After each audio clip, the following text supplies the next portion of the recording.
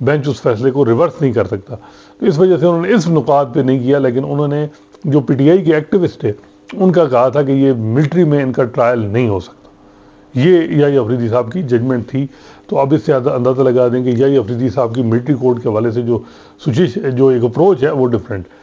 وہ قانون کا انہوں نے اس وجہ سے نہیں کیا تھا کہ جی قانون کا یہ ہے کہ جو بالکل اس کی وائرس دیکھنی چاہیے، لیکن جو ججمنٹ موجود ہے ایف بی ایل غالباً یا کیا، وہ یعنی اس میں جو ججز کی تعداد ہے وہ کم تھی، لارجر بینچ اس سے بڑا بنایا جائے. اسی وجہ سے آپ نے دیکھا ہوگا کہ آئی سی اے میں 7 رکنی بینچ ہے. تو یہ اب یہ بھی جب آوازیں اٹھتی ہیں کہ جی ملٹری کورٹ بنائے جائیں، کچھ ریجن میں بنائے جائیں، تو اب اے ٹی اے کے جو یہ کورٹ ہیں ان کی پرفارمنس دیکھی جائے گی کہ ان میں کیا مسئلہ کیا ہے، کیوں یہ کہا جا رہا ہے. تو یہ بھی بڑا امپورٹنٹ، جو سب سے امپورٹنٹ جو ڈیسیژن لیا گیا وہ ہے کہ سپریم جوڈیشل کونسل کا اجلاس 8 نومبر کو طلب کیا گیا ہے. سپریم جوڈیشل کونسل کے چیئرمین جو ہیں وہ جیسے یحییٰ افریدی ہیں، جیسے منصور علی شاہ اور جیسے منیب اختر ہیں، جسٹس اسلام آباد ہائی کورٹ کے چیف جسٹس عامر فاروق اور بلوچستان ہائی کورٹ کے چیف جسٹس ہاشم کاکڑ. البتہ یہ ان 5 یعنی یہ ہیں ممبر. اور اب دیکھتے ہیں کہ یہ جو سپریم جوڈیشل کونسل ہے یہ ججز کی مس کنڈکٹ کی دیکھتی ہے کوڈ آف کنڈکٹ کے حوالے سے. اب اس میں ایجنڈا میں کیا ہے؟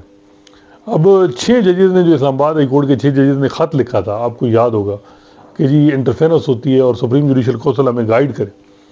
تو قاضی فیصل صاحب نے پہلے انکوائری کمیشن بنایا، وہ انکوائری کمیشن نہیں چلا تو سو موٹو لیا. سو موٹو میں کہ اس میں یحییٰ افریدی صاحب کو بٹھایا. یحییٰ افریدی صاحب نے ریکیوز کیا، اور وجہ کیا بتائی؟ انہوں نے کہا جی یہاں ایک تھیٹر لگے گا، بہتر یہ ہے کہ سپریم جوڈیشل کونسل سے گائیڈنس دی گئی ہے تو وہاں گائیڈ کیا جائے، سپریم جوڈیشل کونسل گائیڈ کرے ان ججز کو اور اپنا رول پلے کرے، بجائے اس کے کہ یہ جو انٹرفیرنس کا معاملہ ہے.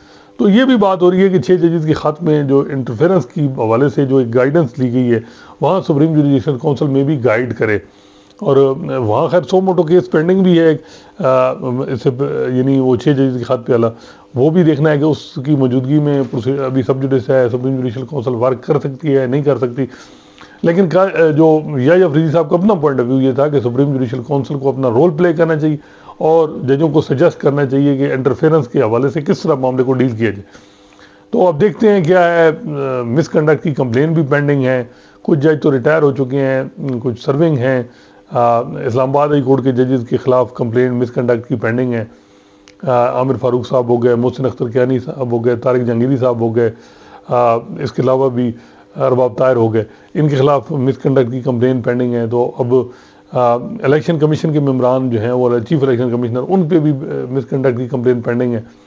اب دیکھتے ہیں کہ یہ کون سا معاملہ ٹیک اپ کرتے ہیں. سپریم جوڈیشل کونسل بہت ہی امپورٹنٹ ہے معاملہ کہ سپریم جوڈیشل کونسل کی میٹنگ یہ جو وہ قاضی فیصل صاحب نے اپنے دور میں جو وہ طلب کی، اور انہوں نے تو مظاہر نقوی کو گھر بھیجا، گو کہ وہ ریزائن کر گئے تھے. لیکن انہوں نے جو ججمنٹ کے بنیاد پہ کہ اگر کسی جج کے خلاف سپریم جوڈیشل کونسل میں کارروائی شروع ہو جائے تو اس کو پہلے ریزائن، یعنی وہ ریزائن کر دے پھر بھی اس کے خلاف کارروائی جاری رہے گی. تو یہ ایک سچویشن ہے. تو اب دیکھتے ہیں کیا حالات بنتے ہیں. یہ معاملہ ہے اب جو ہے وہ جو 2-3 ہفتے ہیں، یہ نومبر کا مہینہ بہت امپورٹنٹ جوڈیشری کے حوالے سے چیزیں کلیئر ہو جائیں گی کس طرف معاملات جاتے ہیں. لیکن ایک بات جو ہے بڑی واضح ہے اور ہمیں جو سورسز چیف جسٹس صاحب کے قریب ہیں وہ یہی بتا رہے ہیں کہ یحییٰ افریدی صاحب نے بڑا واضح طور پہ یہ میسج ہے ان کی طرف سے کہ انٹرفیرنس جو ہے جوڈیشری میں وہ الاؤ نہیں کی جائے گی.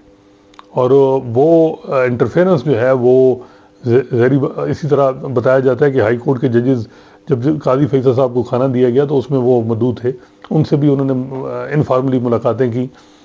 تو ایک ہر ہائی کورٹ کے ججز کا بھی ان پہ بڑا ٹرسٹ ہے، سپریم کورٹ کے ججز کا بھی ٹرسٹ ہے، اور حکومت نے تو ان کو لگایا ہے، جونیئر تھے وہ پینل میں پھر بھی لگایا. تو اب تو فی الحال ان کو ہر طرف ٹرسٹ ہے، اور حکومت امید یہی کی جا رہی ہے کہ حکومت کسی طرح بھی انٹرفیرنس جو ماضی میں تھی اس طرح کی نہیں ہوگی. اور یہی اب ہے کہ جی وہ انٹرفیرنس پہ ان کا یہ ہے کہ جی الاؤ نہیں کی جائے گی. اب دیکھتے ہیں کہ اس کے بعد حکومت کیا کرتی ہے، کس طرف اس چیز کو لے کے جاتی ہے. یحییٰ افریدی صاحب میں سمجھتا ہوں کہ تھوڑا سا سرپرائز انہوں نے دیا ہے جو اقدامات کیے ہیں. اور میرے خیال میں یحییٰ افریدی صاحب سے بہت سے وکلاء کہتے ہیں کہ ان سے، اور میرا بھی رائے ہے کہ کبھی ہر کوئی ان سے کوئی خوش اس طرح نہیں ہوگا کبھی ان کا اقدام جو ہوگا، کیونکہ وہ ایجنڈا ڈریون ہے نہیں، کبھی ان کا اقدام جو ان کے ذہن میں آئے گا وہ جو سمجھیں گے یہ قانون اور آئین کے مطابق ہے، اس سے کئی دفعہ حکومت ان سے بہت ناراض ہوگی، کئی دفعہ پی ٹی آئی ناراض ہوگی، کبھی کیا، وہ ہائیلی انڈیپینڈنٹ ہے۔ تو یہ ایک معاملہ ہے کہ وہ انہوں نے اس طرح نہیں ہے کہ ایجنڈا جس طرح ماضی میں ایجنڈا چیف جسٹس صاحبان چلاتے رہے وہ نہیں ہوگا، تو یہ ایک ان کا ایڈوانٹیج ہے ان کو۔ اب جو ہے وہ سپریم کورٹ میں کیا حالات بنتے ہیں، جیسے منیب اختر اور جیسے جو منصور علی شاہ، ان کو کیا کانسٹیٹیوشن بینچز میں شامل کیا جائے گا۔ اب کانسٹیٹیوشن بینچز کا قیام سب سے امپورٹنٹ چیز ہے، حکومت کی نظریں وہاں ہیں، حکومت ججز بھی تعداد بھی بڑھانا چاہ رہی ہے سپریم کورٹ میں، یہ بھی اطلاعات ہیں۔ اور جوڈیشل کمیشن میں 13 رکنی یہ کمیشن ہے، اس میں 5 حکومت کے جو پکے ووٹ ہیں 5، اور پاکستان بار کونسل کے نمائندہ 6 ہو گئے۔ اب سپریم کورٹ کے جو 5 ججز ہیں ان میں سے ایک آ گیا تو حکومت میجارٹی میں چلی جائے گی۔ تو حکومت بظاہر یہ لگ رہا ہے کہ جوڈیشل کمیشن میں ایڈوانٹیج ہے اس کو، چیف جسٹس نیگ ہو کے، لیکن ایک چیز ہے کہ وہ کیسے کہیں گے جی کہ یہ جو چیف جسٹس ہیں یا افریدی، وہ جو کانسٹیٹیوشن بینچ کا پریزائڈ نہ کریں، کانسٹیٹیوشن بینچز کی جو کمیٹی ہے اس کو پریزائڈ نہ کریں اور پریزائڈنگ جج نہ بنے، اور ہم امین الدین خان صاحب کو بنا رہے ہیں۔ اگر یہ حکومت کی سوچ ہے تو حکومت خود اس کا مطلب ہے فورم شاپنگ کر رہی ہے، ان پہ بڑے سوالات اٹھیں گے۔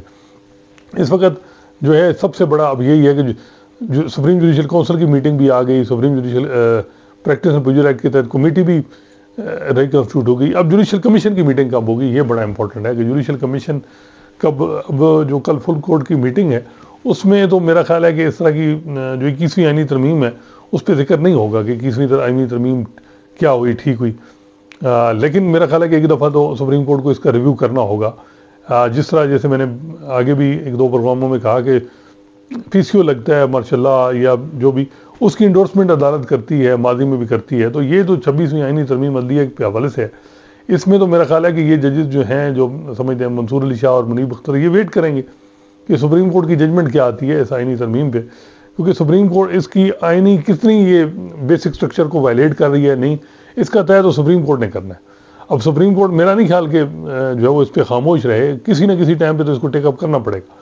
فل کورٹ کرتی ہے تو کیا نئے جج بھی اس میں بھرتی کیے جائیں گے یا ایسے ہی کر دیا جاتا ہے؟ فل کورٹ جو ہے وہ مے بی کل تو اس حوالے سے بات نہ کرے، لیکن یہ بہت امپورٹنٹ ہے کہ جوڈیشل کمیشن میں کیا صورتحال ہے، کس طرف اس معاملے کو لے کے، یعنی جو جیسے یائی افریدی ہیں وہ پریزائڈنگ جج بنتے ہیں تو پھر کمیٹی میں جیسے منصور اور جیسے منیب اختر بھی آئیں گے۔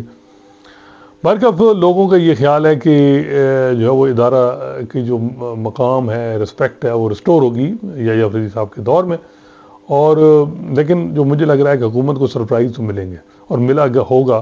یہ جو بڑا واضح پیغام ہے کہ انٹرفیرنس نہیں الاؤ ہوگی، اور جو سپریم جوڈیشل کونسل کی میٹنگ اور یہ، لیکن پریڈکٹ کوئی نہیں کر سکتا کہ فائنل کیا ہوگا۔